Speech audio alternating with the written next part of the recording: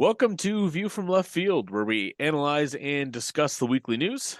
I am your host, Will, and today we are going to be talking about the left's call for arming themselves in the wake of the Trump administration, as well as Trump's election for labor secretary and what that means for workers across the country. Today on our panel, we have joining us is Nolan. Hey, everyone. SM Safone. How you doing? Tex. Hey, y'all. Jerry. Hi, everyone.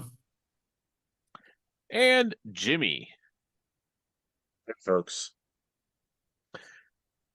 First thing I want to say before we get underway is during this episode, if you by chance end up hearing a dog barking in the background, I do apologize.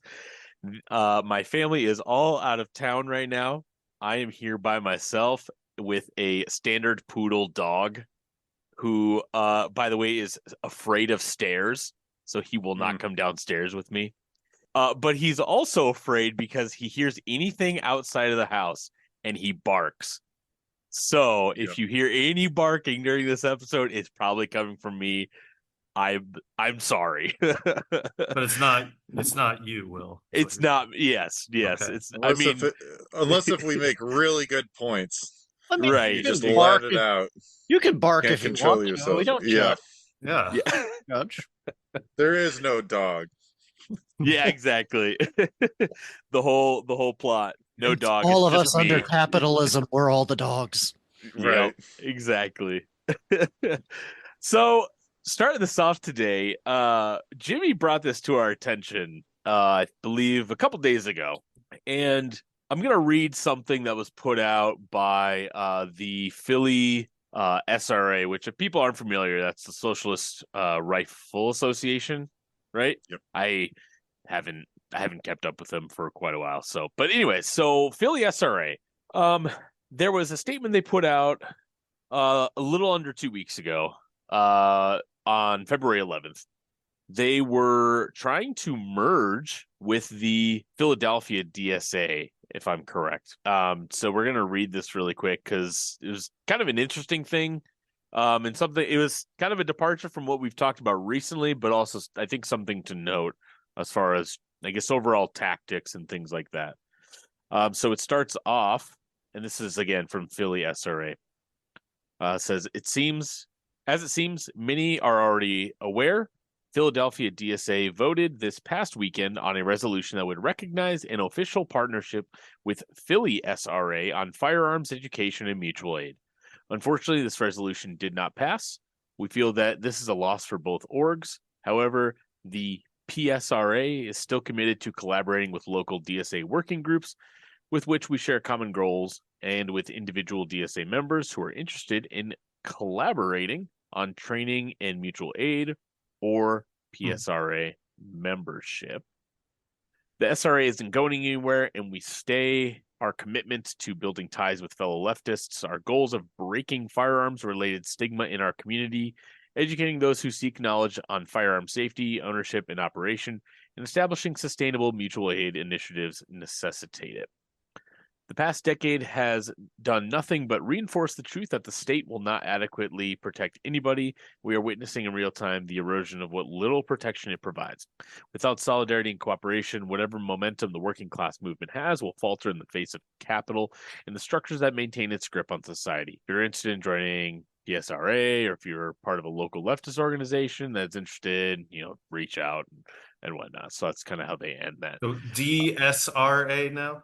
No, they did not. No. They did not merge, or they did not create. But they did want to. That was what they were trying to merge into.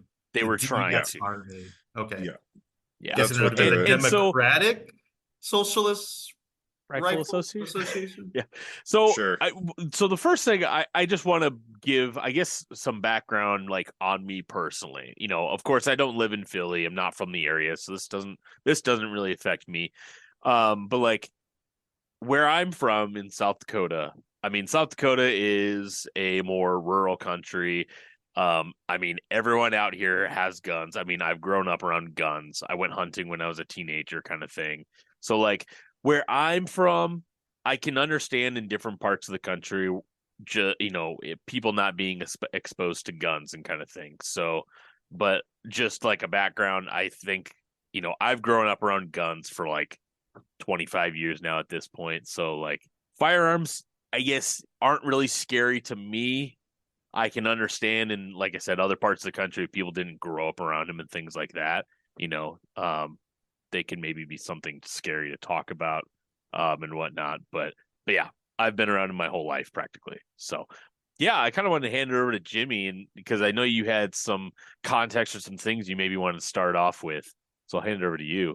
Yeah, well, so the reason why I thought this story was interesting in the first place is because so many people right now are going through their oh crap moment now that Trump is back in office. I think a lot of people unfortunately thought that whether it was going to be the judicial system or the Russiagate stuff, that he just wasn't coming back. And here we are. So people are getting to have these oh crap moments. And, I feel like at this point, I almost feel like I had this moment 8 years ago and I had it again 4 years ago. I had a good feeling like Trump was going to be back. So I made no reservations as far as getting involved.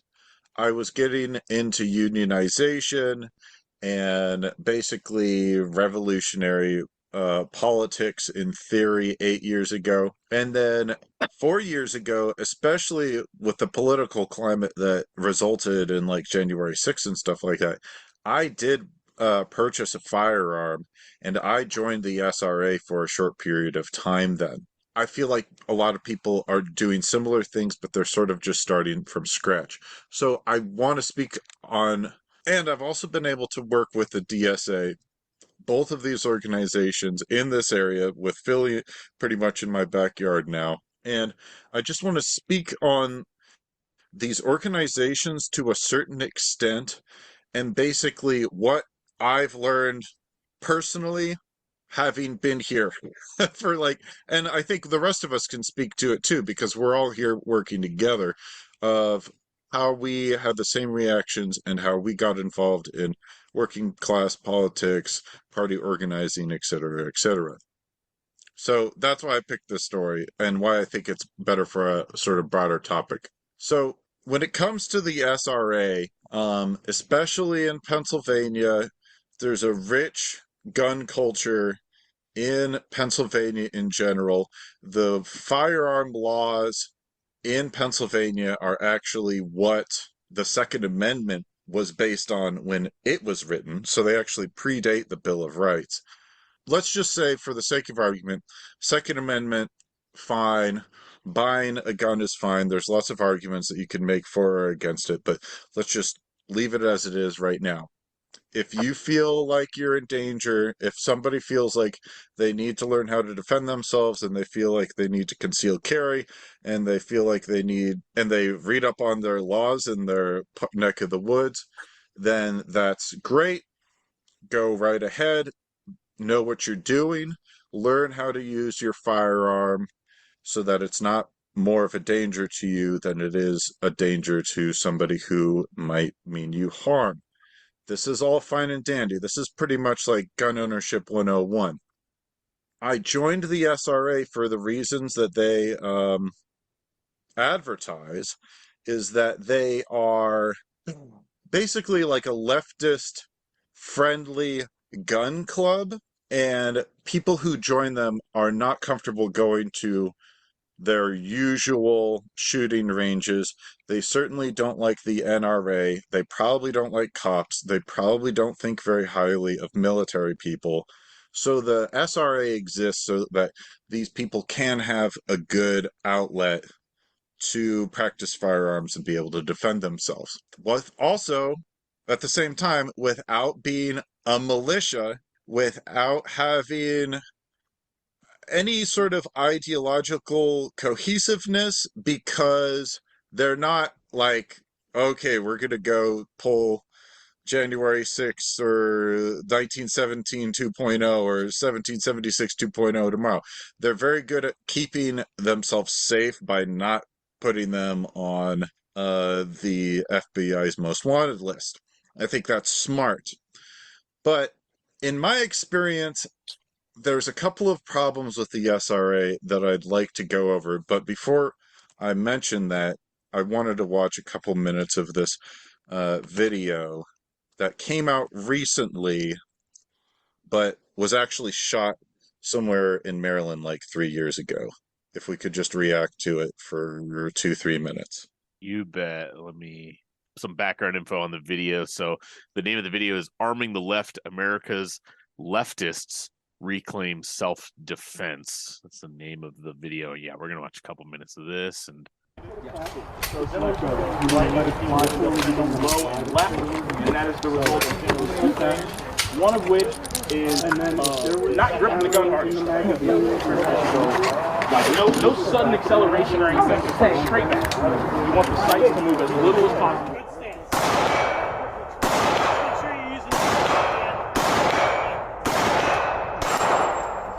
Someone shooting in a looks like a gun range, just for people that can't see. All right, yeah.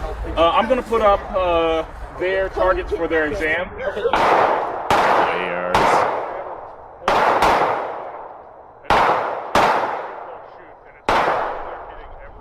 Are you an enemy of the state?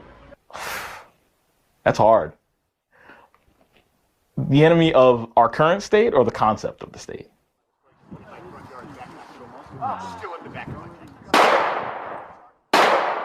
Arming the left.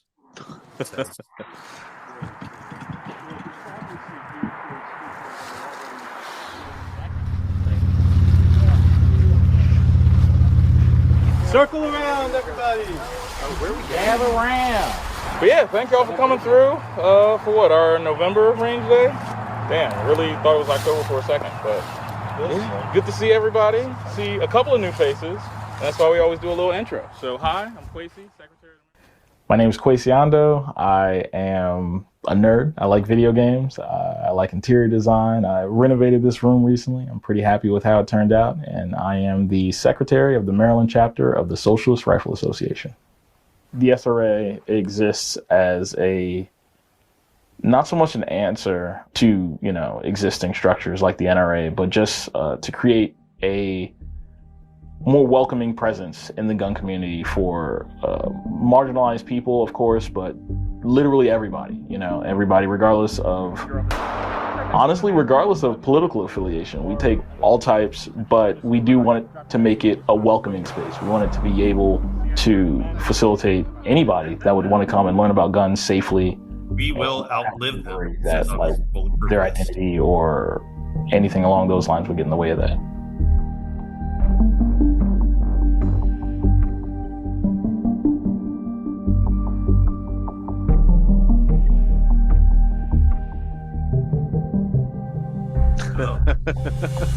Hammer and sickle you, Shanka. Yeah, so I would just like these all look like very fine people for people who, because like, just for reference, there's a lot of black and brown people, there's a lot of female presenting people, a lot of genderqueer identity. That's what They the had an SRA is LGBT built flag for. there. They had a pride flag, and this is all fine and dandy. And you know what? Maybe some of the people there have actual military experience. Maybe some of them are experts in their field, but by and large, watching the video is just painful because you're like, these people don't, this is like, you put these people up next to any sort of law enforcement, any sort of people who are serious, people who grew up with guns, people who know what they're doing, and it's like, man, this is dangerous. It's like, it feels like a lot of LARPing, a lot of adventurism, and it makes me scared for them. Yeah. Yeah. And I mean that from the deepest bits of my heart. And this is not trying to be condescending, but it's like you really need to know what you're getting into if you're doing this sort of stuff. My personal experience, SRA, the people who I went out and shot with, they were, like I said, very nice, very good people, very well-meaning people.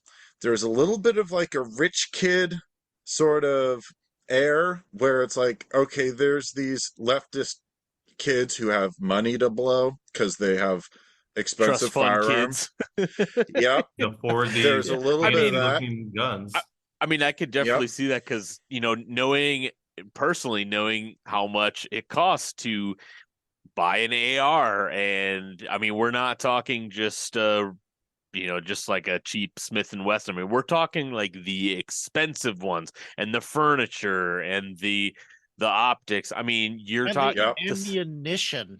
the yep, ammunition. Absolutely. Ammunition is so expensive. So, yeah, I mean, we're talking thousands of dollars that these yep, people are spending to, to go out. yep. So it wasn't even like a I mean, there's the self-defense aspect to it, but I know that there are people there who just like to blow their money and go with a group of like-minded people and like fire off the rounds. And we would be going to a public shooting range at a state park where they were they any FUDs or any blue collar normie people in the area, they would be very condescending or even antagonistic towards. So it Yeah. was almost like a strange elitism by being in the SRA and going to shoot at these ranges with the normies doing the same thing. And this is not a good way to swim amongst the masses like fish in a sea. Is Yeah. It makes me realize that now, and this is years later, if I'm gonna go shooting, I'd much rather go with like the people in my building trade union.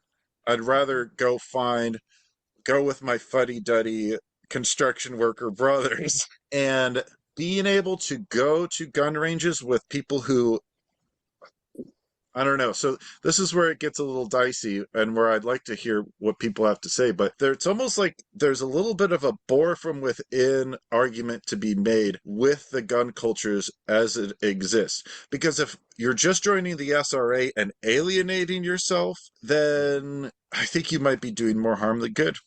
Yeah, they did seem like nice people. Like the guy liked playing video games. Well, I also thought that first sentence he said was rather revealing. He's like, "Are you an enemy of the state?"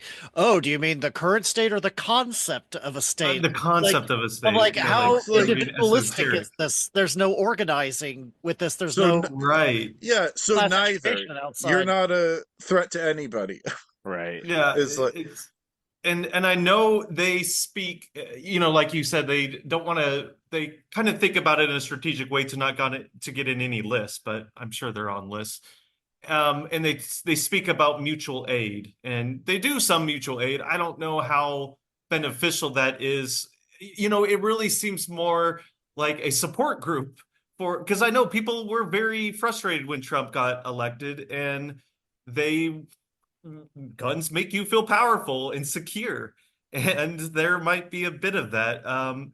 I find guns pretty horrific. I think it's crazy that we have more guns than people, and I mhm, am not 100% against guns. I think we do have a Second Amendment that gives some accreditation to the people, not necessarily individual people, but that can be argued, as the Supreme Court did in 2002, I believe.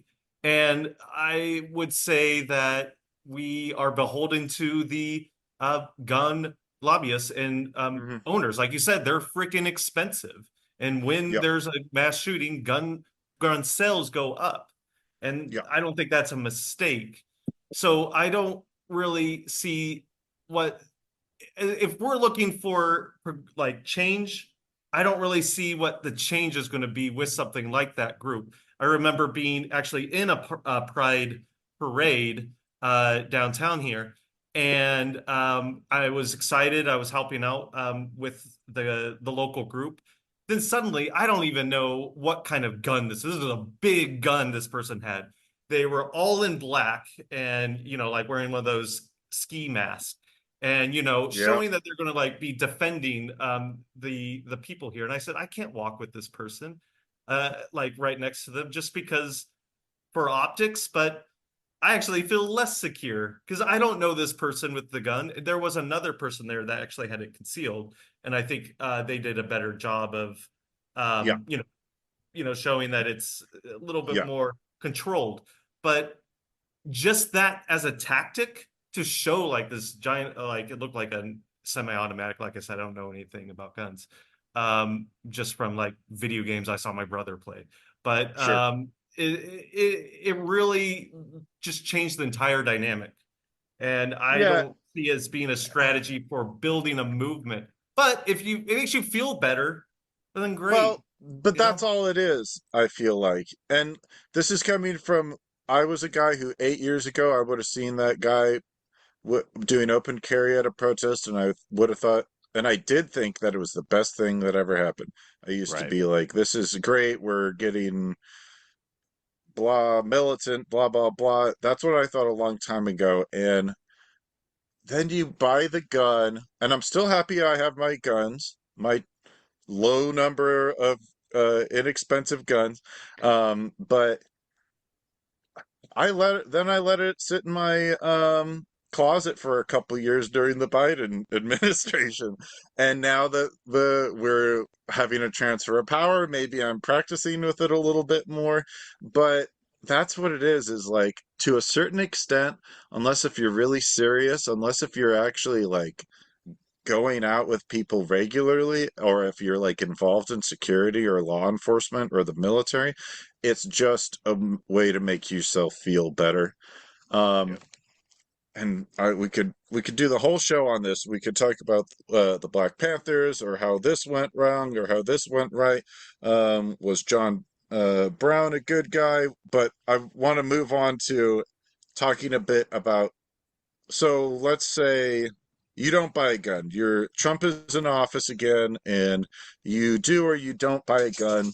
You still don't know what the hell to do now that we're seeing the rising tide of fascism uh, through, despite all odds, let's say.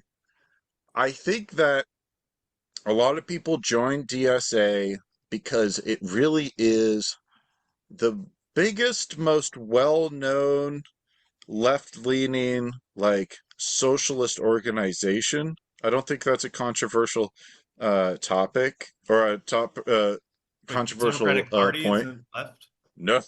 Well, okay, so there you go. If you're not going to join the Democratic Party, and you're not going to join any other mainstream party, but still consider yourself left, then DSA is. I've had people tell me when I was just getting involved and starting to read like Marx and Lenin and stuff like that. I've had people say, "Oh, well, you should join DSA. Like they're everywhere." I'm like, I'm gonna think about it. Well, and it's because, DSA is as we know, it's a Big Ten organization. So, whatever strain of like left you are, whether that's anarchism or even Trotskyism or Marxism, Leninism or whatever, they have different caucuses or working groups, or, because even at one point I was an anarchist and I was in the DSA, and they had a libertarian socialist caucus. So there's all these different kinds of groups for people to work in when they're in DSA. So I think that's why, of course, that's why a lot of people, when they, get their first little bit of going left, or they start reading Marx, then I think that's a lot of times why they join the DSA. It's because of that. Yeah, and join an org is not terrible advice. You got to start somewhere. If you don't know where to start, then cut your teeth with something. and I certainly don't want to encourage org hopping. Like you gotta, but at the same time, you're also, it's not, I mean, I try to attend like a Maoist meeting in my Maoist days and realized how that might not have been a good organization to join. And I think it was a good decision that I ended up not. So starting somewhere and figuring out where to go is fine. And also, side note, anybody who I've interacted with in the DSA on a local, like organizing level in Philadelphia, totally fine people. They don't try to hijack stuff. They listen well and receive instructions well. When I would be doing union stuff at Starbucks, they just hand out stuff out at the door that we gave them. They wouldn't try to push their own material. I have plenty of good things to say about the DSA, but eventually I read more Lenin, I read more theory, and that's what kind of led me to decide that the DSA was not the way to go. And I want to watch this video to give another perspective on maybe the problems of the DSA from the inside from like 6 years ago. Maybe they're getting better, maybe they're getting worse. Then I would just want to see where the discussion takes us as far as what people are supposed to do with the theory that they're getting into and how to choose an org to get into. But let's watch this video. So yeah, this is so the name of the video is U.S. Socialist Convention ridiculed after righteous outburst. I think at this point, there's probably been a lot of people that have seen this online. But for anyone that hasn't, here we go. If we want to defeat capitalism, we are going to need a party that will organize working people to fight for the demands that we want and to win socialism. Thank you so much. Quick Point of privilege. Quick point of personal privilege. Yes. Guys, first of all, James Jackson, Sacramento, he, him. I just want to say, can we please keep the chatter to a minimum? I'm one of the people who's very, very prone to sensory overload. There's a lot of whispering and chatter going on. It's making it very difficult for me to focus. Please, can we just, I know we're all fresh and ready to go, but can we please just keep the chatter to a minimum? It's affecting my ability to focus. Thank you. Thank you, comrade. Okay, is there a speaker against name, chapter, pronoun? Point of personal privilege. Yes. Please do not use gendered language to address everyone.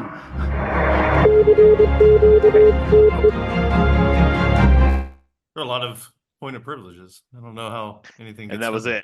it. Yeah. I think there was more. I mean, I think I've seen a little more past that, but basically I think the point that Jimmy was trying to bring up is that, you know, there's constant derailings of where the convention's going because everyone has a point of privilege, you know, at their meeting. Basically, if it's great. I'm happy for DSA that they have the numbers and the resources they have, but when you have a tent that is so big that you can't actually, that you're trying to appease everybody all at the same time, it's no wonder that it can be so unfocused and it can be so easily derailed as far as what they're trying to do. I mean, the Lenin saying is, without revolutionary theory, there can be no revolution. So having a concise political ideology is necessary to avoid certain sort of things like this. But that's where I'm going to leave it, because I want to know what we think as a group and how we got to where we are now as individuals. I'm curious about this whole joining that didn't happen of the two organizations. When I heard that this Socialist Rifle Association was going to consider joining a chapter or merge a chapter with the DSA, I was like, that can't happen. They're just too different. And so then what's the point of them even doing it? Was it more of just a show? Was it a bit contested? Did it get, hopefully no one brought weapons, but it's, you know, like, what was that like when it was there? Because my understanding, nothing happened. Like, I wouldn't even think it would happen. Was there any strategic reasonings, you think, for either groups to be doing it? To my understanding, which I don't know because I'm not uh on the inside, but it's just they did vote on it. They did make them. I think DSA or SRA, I really don't know, did vote on it democratically, but and it was shot down. But I think it's probably because they're both having a large influx of numbers because of Trump, and each has something that the other lacks, which, I mean, DSA people probably feel very vulnerable right now, and a lot of SRA people probably feel like they don't have any sort of cohesive political theory. People in DSA might also feel the same way, but that's my guess as to why this might have even come up in the first place. I just don't So- see a group forming the Democratic Socialists. Like that's a different. How do you even market that if marketing is the right term? How do you promote that? Is now that this was a specific group for rifle, gun awareness and quote unquote mutual aid. But if you add the word rifle into it, are you going to go to try to get into elections with that name? It seems like not a very clever way to form an organization. So I just think from the beginning it just sounded like this is impossible. There's no way this would work. I don't know. You might have a thing of Gritty holding a rose and a rifle. There you go. They probably that do. would work quite well. The FBI would love that, and they would. They would. So, something that came to mind when we were talking about SRA earlier, and had to look up the quote. So this was from Henry Winston, and in his section of History for a Black Agenda, which we always go back to. It's such a fantastic book. But he in the section Crisis of the Black Panther Party, there's a small quote where he talks about guns, and I wanted to read this quick. And so he says, Marx, Engels, and Lenin fought against ideas that foreclosed the possibility of varying forms of revolutionary struggle in the transition to socialism. They rejected both the right opportunist illusion that the transition would inevitably be peaceful and the, quote, left opportunism that proclaimed armed struggle as the only path to socialism for every country. Today's right opportunists also predict that armed struggle will not be necessary, while the left opportunists predict that it will be inevitable. Marxism-Leninism opposes both the will and the won't of these two faces of opportunism, both of which tend to disarm the mass struggle. Quite literally, because they you saw what happened to the Black Panthers. All of their leaders were there was some corruption going on, sure, but a lot of the FBI just literally eliminated them. You think of Fred Hampton, and they could get away with that because of their armed resistance, you could say. And I think that's what he means. And I think especially in that video we watched of the SRA, like Jimmy pointed out, there's a lot of LARPing, like the people wearing the hammer and sickle Ushankas and the people wearing the berets and stuff like that. It's like, what are you really trying to accomplish here? It's not strategic. I just don't think it's a winning plan. I think it's identity by consumption. They're trying to say, look, I bought my gun with the pride flag sticker on it. I've got my hammer and sickle Ushanka. I'm one of the cool leftist kids. It's like, that's great. Now let's actually do some work instead of gun range days are great. Heading out to the range with your buddies and shooting out some rounds. It's a ton of fun. But it's not organizing, and it's not doing the work. And DSA, they're out there. At least they, like Jimmy said, when they help out at union events, they're helping. So that is, I think, a little more concrete, but a lot of it, I think, is just people trying to find identity and community. Real quick comment, and then I'll shut up, is it's just completely disconnected from the labor movements too. Exactly. I agree completely. If there's one thing I would say that I've done right in these 4 years is get more and more into organizing and labor, and I've got a bright future ahead of me with all of it. So definitely. Awesome. Well, we are gonna switch it up just a little bit. And we're gonna go next into talking about Trump's labor secretary pick. And I know this one especially, we're gonna have a ton of discussion on it. I think this is a very hot and heated topic right now, but I wanted to start off first. We got a couple pieces. I wanted to read a piece by The Nation, and then we're also going to have a video. Okay, so this is from The Nation.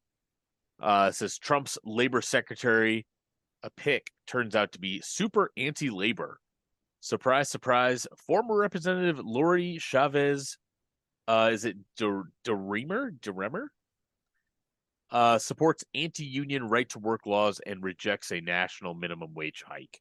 The article starts off, when Donald Trump nominated former U.S. Representative Lori Chavez DeRemer to serve as Secretary of Labor, a narrative emerged that the 47th president was breaking from Republican orthodoxy and choosing a Labor Department head who might actually be sympathetic to workers and their unions. After all, as a member of the House, Chavez DeRemer, an Oregon Republican, had been one of the few members of her party's caucus to back pro-union legislation such as the PRO Act and Public Service Freedom to Negotiate Act.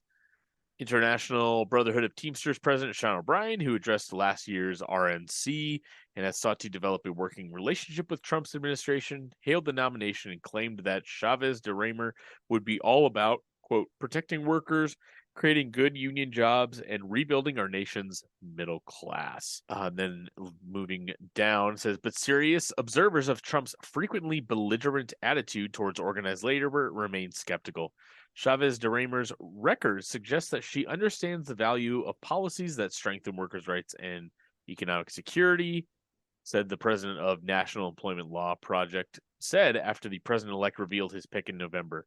But the Trump administration's agenda is fundamentally at odds with these principles, threatening to roll back workplace protections, undermine collective bargaining, and prioritize corporate profits over the needs of working people. This is where her true commitment to workers will be tested. And again, moving down, it says things got worse once the questioning by senators began. Chavez DeRemer was asked by Senator Rand Paul, a Kentucky Republican with a 0 rating from the AFL-CIO, about so-called right-to-work laws, which began to be widely enacted in the 1940s when segregationists in southern states sought to block multiracial union organizing, and which have devastated organized labor. Chavez DeRemer said she would fully support states that want to protect their right to work. And then she went on to clarify, said, so this was Rand Paul asking her, he said, so you no longer support the aspect of the PRO Act that would have overturned state right-to-work laws? Yeah, Chavez DeRemer quietly replied. That's a yes? Paul asked. Yes, said the nominee. With the exchange, Chavez DeRemer marked herself as a more ardently anti-union nominee for Secretary of Labor than most previous occupants of the position.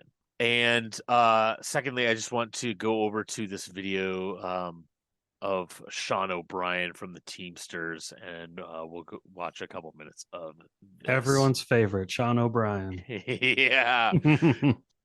Of the International Brotherhood of Teamsters, our next door neighbor. It's nice to have you in the studio. Thank you, sir. I appreciate being here. So I don't think I had on my bingo card in this election that the Teamsters would not endorse the Democratic nominee for president and then back the labor secretary for a Republican president. How did you come to that? Well, we came to it, obviously, we didn't pick any candidate in the presidential election because our members spoke, and they spoke loud. We were divided. 65% of our members were not for the Harris Walz ticket. And when we obviously started this process after the election, we needed a Secretary of Labor that was pro-labor. We didn't care if it was a Democrat, Republican, Independent. We want someone that's going to work hard on behalf of the American workers, and Lori Chavez DeRemer is the best choice, and hopefully will be confirmed. It shouldn't be a controversial confirmment either. Well, we'll see, because maybe there's a little bit of Republican resistance to her nomination. She was a congresswoman from Oregon. She's got a pedigree that unions, I think, would probably appreciate. She's the daughter of a Teamsters member. She co-sponsored the Protecting the Right to Organize Act, supported UPS workers' right to strike, supported raising working standards, and fought to keep jobs from going overseas.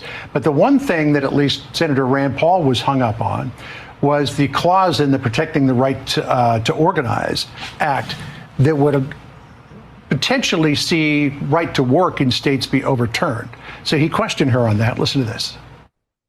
I fully, fairly, and support states who want to protect their right to work. I have said that to every senator that I have visited. So you with. no longer support the aspect of the PRO Act that would have overturned state right to work laws? Yeah, there were so many parts. That's a yes? Yes. So what do you think about that? Well, I think it's a couple things. That's been Senator Paul's agenda. Every chance he gets, he wants to introduce national right to work, which we do not support at all. We don't support right to work at all. We understand it's in the majority of the states out there. But that PRO Act, as it was never voted on. She supported it. She co-signed it. Never voted on. But there is an opportunity to work bipartisan. I'm working with senators like Josh Hawley to come up with a form of the PRO Act that may not include that. There's been a lot of talk that if there is an issue of right to work, it should be done on a state level, not on a national level. And look, that's the beauty of having conversations with people from the other side, where you can collaborate and actually find out what works for that state, what doesn't work for it, but more importantly, what's going to work for the American worker. So you support the president? Bipartisan. We're gonna water everything down and right. I don't want So- to spill of anything to where it doesn't So help anyone. I hate that word so much. Yeah. is he okay? Like, is he safe? Yeah. So I don't know. I thought it was funny how he kind of contradicted himself, where he said, "Well, we don't support we don't support right to work laws," but then wants to back Chavez DeRemer and talks about Josh Hawley, his buddy, which if people haven't heard it, Sean O'Brien has a podcast and he brought Josh Hawley on, and they basically were blaming undocumented workers for it's the old South Park bit, about undocumented workers taking American jobs. Like they like kind of did it, but in real life. Sure.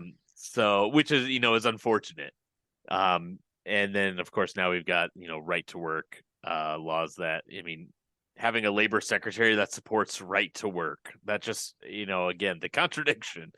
It feels a little like the Teamsters are leaving the southern states, who are the ones most impacted by right to work, I think, out to dry. Like they're saying, we're not even going to hold the goalpost that we think right to work should be abolished outright, but we're going to leave it up to the states, which means those of you who already have it, kind of sorry. Just Where get have that. we heard that? We'll leave it to the states before. It's always for something to dismantle it, make it weak, and just cut it off. Sean O'Brien is completely full of shit here. I'm sorry, I have to say it. We talked about this. If anybody here follows Labor Today, please check it out, labortoday.lowell.us. We warned that this political independence that unions are showing, if there was no labor option for political independence available, that it was going to shift rightwards, because that's where the country is going. And that's what we're seeing here with Sean O'Brien. He's completely selling out the rest of the labor movement. He's completely selling out his members, all to get closer to Trump and his regime. It's a disgrace. Not only is he doing it, we see Harold Daggett and the ILA doing it outright, claiming Trump is the reason they got their new tentative agreement that may not be as great as they made it sound. What a shocker. What a shocker. Typical old AFL business unionism. It's a joke. The old misleaders of labor. And That's exactly what he is. Yeah. It's not like in all these right to work states they're opening or going to be opening new factories for electric car production and all these other manufacturing. So, short of having a independent political party for labor just ready to go, which we don't, that's going to take time. How some of this is an indication that labor is just shifting right because they don't have any other choice. is there anything in this that indicates something that can be worked with? Because I know we've kind of talked about this with Sean O'Brien, not on this podcast, but between us, is like independence from both of the political parties is a good thing, but I feel like I'm kind of repeating myself. But how does the movement for an independent political party move in here in the first place? Because obviously that's what we want, and that's a great idea. But how does that even happen for our listeners to understand? It's just a question to those that are in unions. I know, and I don't know if any of the states you are in right to work states. I've talked to people on the Kansas side. Missouri's not a right to work state, but Kansas is, and they were in a Teamsters union, and they talked to their coworkers. Well, why don't you pay dues? Oh, well, I don't have to pay dues. Well, don't you want to support the union? Like they help you fight. They help you with bargains, and it's your bottom line to negotiate with our employer. And they're just, I don't need to. It's all a scam kind of thing. And obviously we know that's the whole goal of right to work. First, it's just like double speak, right to work, the term. It really is just to weaken unions. And we know that if they don't have their dues, then yes, a lot of their resources are lessened, and then the employers can bully the workers that are represented by the unions. But what is that experience? Because I feel like down on the rank and file, a lot of rank and file voted for Trump because of the scapegoating that's happening with like DEI and all this other stuff. And they're saying, well, at least he's, good on the immigration, or at least he's good on DEI. But I don't really care that much. I don't really see the material benefit of being against right to work. What does that really mean for me? I pay dues. I'm going to pay my dues. Like what is that for people that have had those experiences in unions? This requires a long history on right to work, but essentially, this all came out of Taft-Hartley in 1947, which was a counterattack of big capital against the labor movement, especially the militant wing of the labor movement that successfully fought and won in the 30s, building the CIO.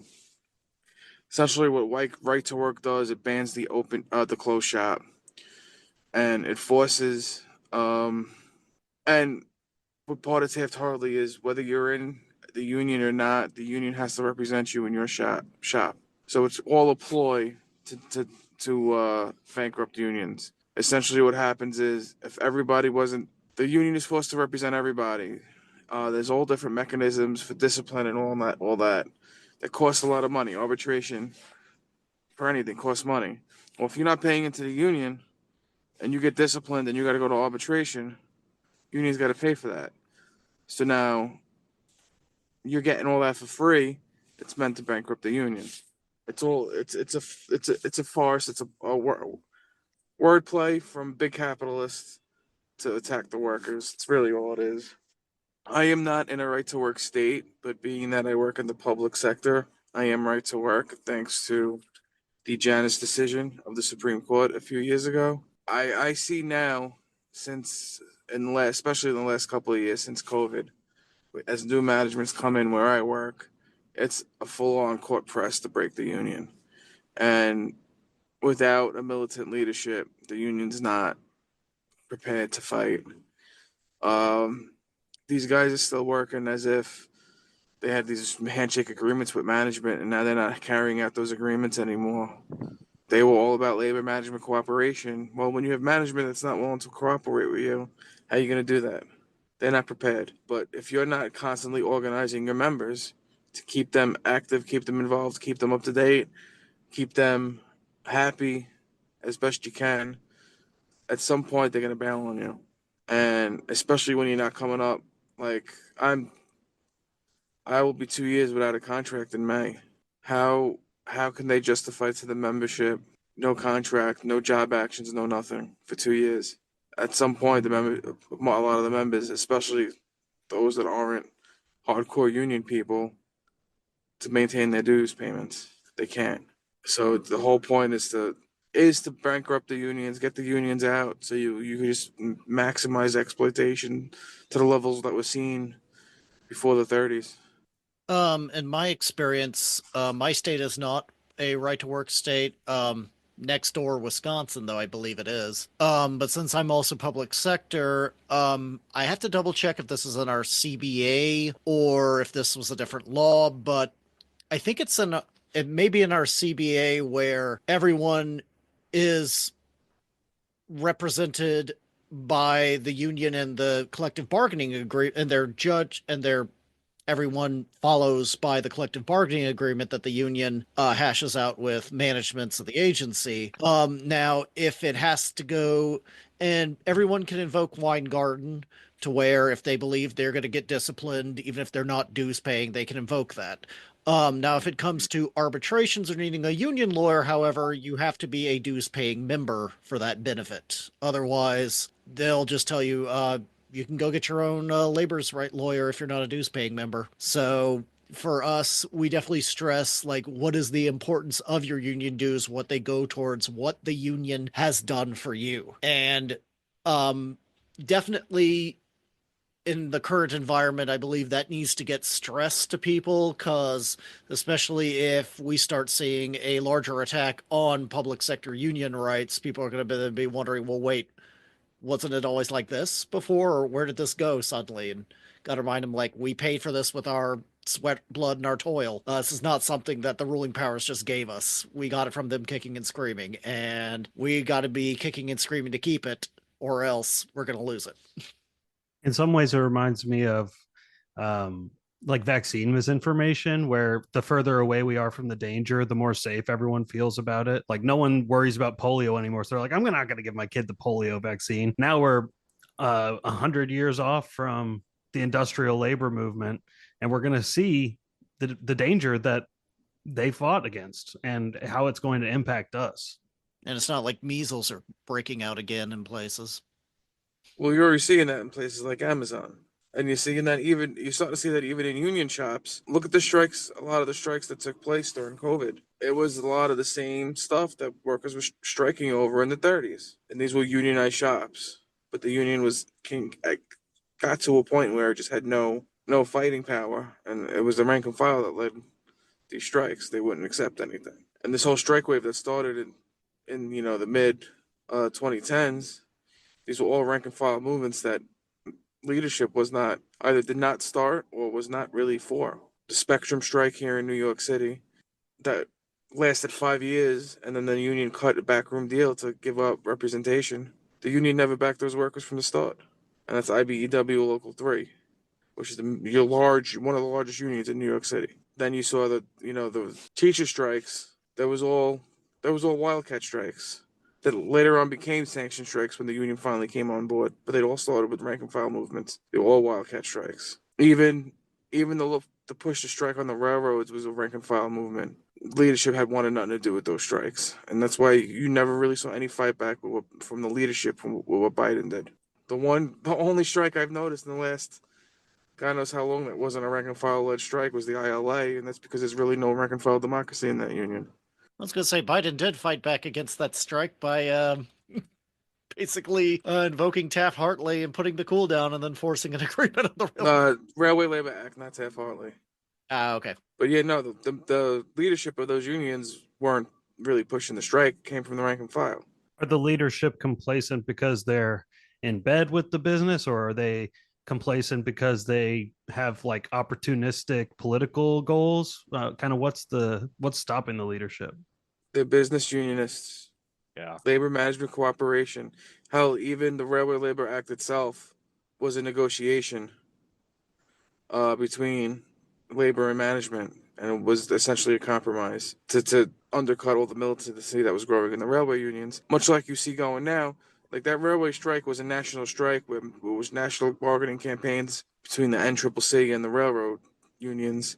And now you're seeing all these individual unions negotiating early contracts and not going with the national bargaining, almost to undercut the militancy again that grew with the 2022 struggle. And that's not going to help the labor movement move forward.